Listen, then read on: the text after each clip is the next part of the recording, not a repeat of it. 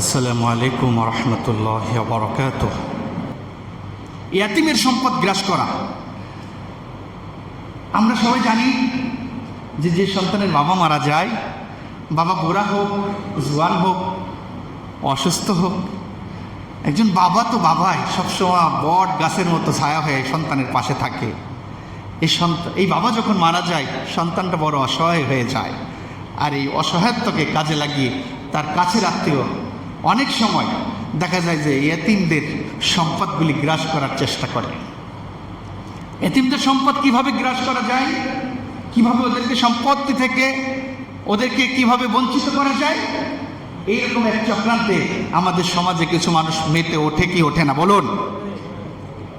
রব্বুল আলামিন সেই কথাটাই বলছেন, বান্দা এই ধরনের কাজ করলে, এতিমের সম্পদ গ্রাস করলে তুমি ধ্বংস হয়ে যাবে, তুমি ধ্বংস হয়ে যাবে।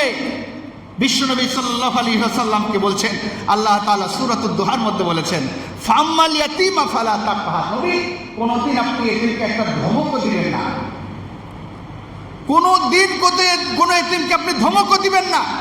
আবার রাসূলুল্লাহ সাল্লাল্লাহু আলাইহি ওয়াসাল্লাম বলেছেন,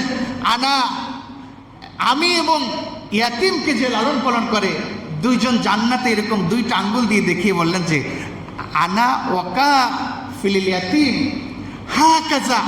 নবীজি বললেন যে দুইটা আঙ্গুল যেরকম কাছাকাছি তোমরা দেখতে পাও, দুনিয়াতে যারা এতিমের পাশে দাঁড়াবে, এতিমকে যারা লালন পালন করবে, ওই এতিমের লালন পালনকারী আর আমি জান্নাতে এরকম কাছাকাছি অবস্থান করব। বলেন সুবহানাল্লাহ। রব্বুল আলামিন সূরাতুন নিসার মধ্যে দেখুন কি বলেছেন, সূরা নিসার 10 নম্বর আয়াত। রব্বুল আলামিন বলেন,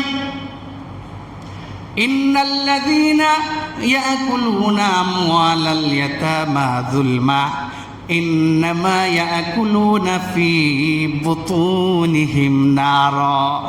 আল্লাহ তাআলা বলছেন যে নিঃসন্দেহে যারা এতিমের মাল দখল করে খায়, আত্মসাৎ করে খায়, ওরা তো সম্পদ পেটের মধ্যে ঢুকায় না, ওরা মূলত জাহান্নামের আগুনকে পেটের মধ্যে প্রবেশ করায়। বলুন নাউযুবিল্লাহ।